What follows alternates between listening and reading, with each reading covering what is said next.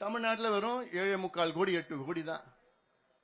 பீகாரோட மிக குறைவான மக்கள் தொகை, ஆளுங்க தான் இருக்கிறாங்க, எல்லாம் இருக்குது. நிதியும் பிரச்சனை கிடையாது, நிதியும் இருக்குது. என்ன ஒரு 200-300 கோடி தான் ஆகும். அது அரசாங்கத்துக்கு அது பெரிய பணம் கிடையாது. இது நடத்திட்டு இது எல்லாமே கோரிக்கை வச்சிருக்கிறாங்க. ஆனா எனக்கு ஏத்துக்க முடியாது. என்ன தெரியுமா, முதலமைச்சர் சொல்றது எங்களுக்கு அதிகாரம் இல்ல. சட்டமன்றத்தில் ஒரு முதலமைச்சர் பொய் சொல்லி இருக்கிறது நீங்க பாத்திருக்கீங்களா?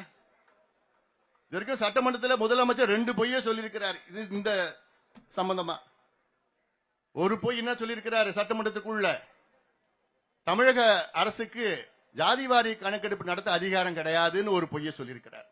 பிறகு எப்படி தெலுங்கானா எடுத்துனாங்க, பீகார் எப்படி நடத்தினாங்க, கர்நாடகா எப்படி நடத்தினாங்க, ஆந்திரா எப்படி நடத்துறாங்க, ஒரிசா எப்படி நடத்துறாங்க, ஜார்க்கண்ட் எப்படி நடத்துறாங்க, சத்தீஸ்கர் எப்படி நடத்துறாங்க, ராஜஸ்தான் எப்படி தொடக்கி நிற்கிறாங்க. இவ்வளோ மாநிலங்களுக்கு அதிகாரம் இருக்கு. ஆனா தமிழ்நாட்டுக்கு மட்டும் அதிகாரம் இல்லையா? ஏன்னா தமிழ்நாடு சைனாவில் இருக்கு.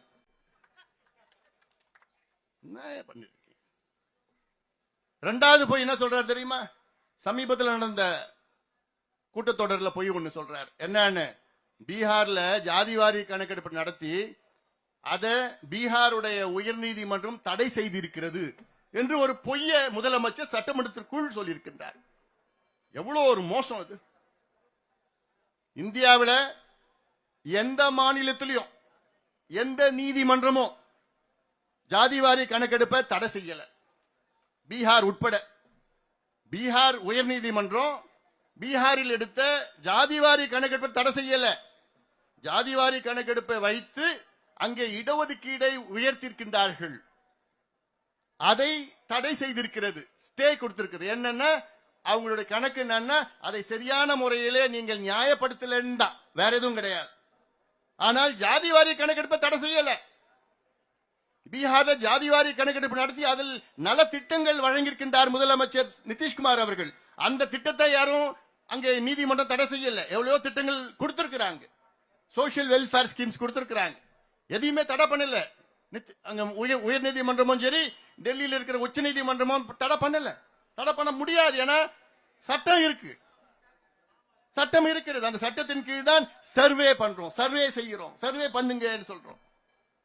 முதலமைச்சருக்கு தெரியுது சென்சஸ்னா என்ன, முதலமைச்சருக்கு நல்லா தெரியுது. சர்வேனா ரெண்டுமே தெரியுது. ஆனா இவர் நம்ம கிட்ட பொய் சொல்லிக்கிட்டு எங்களுக்கு அதிகாரம் இல்லை, அதிகாரம் இல்லை, அதிகாரம் இல்லைன்னு சொல்லிட்டு பொய் சொல்லிட்டு இருக்கிற முதலமைச்சர் ஸ்டாலின் அவர்களே, பொய் சொல்வதை நிறுத்திக் கொள்ளுங்கள். உங்களுக்கு எல்லா அதிகாரமும் இருக்கிறது.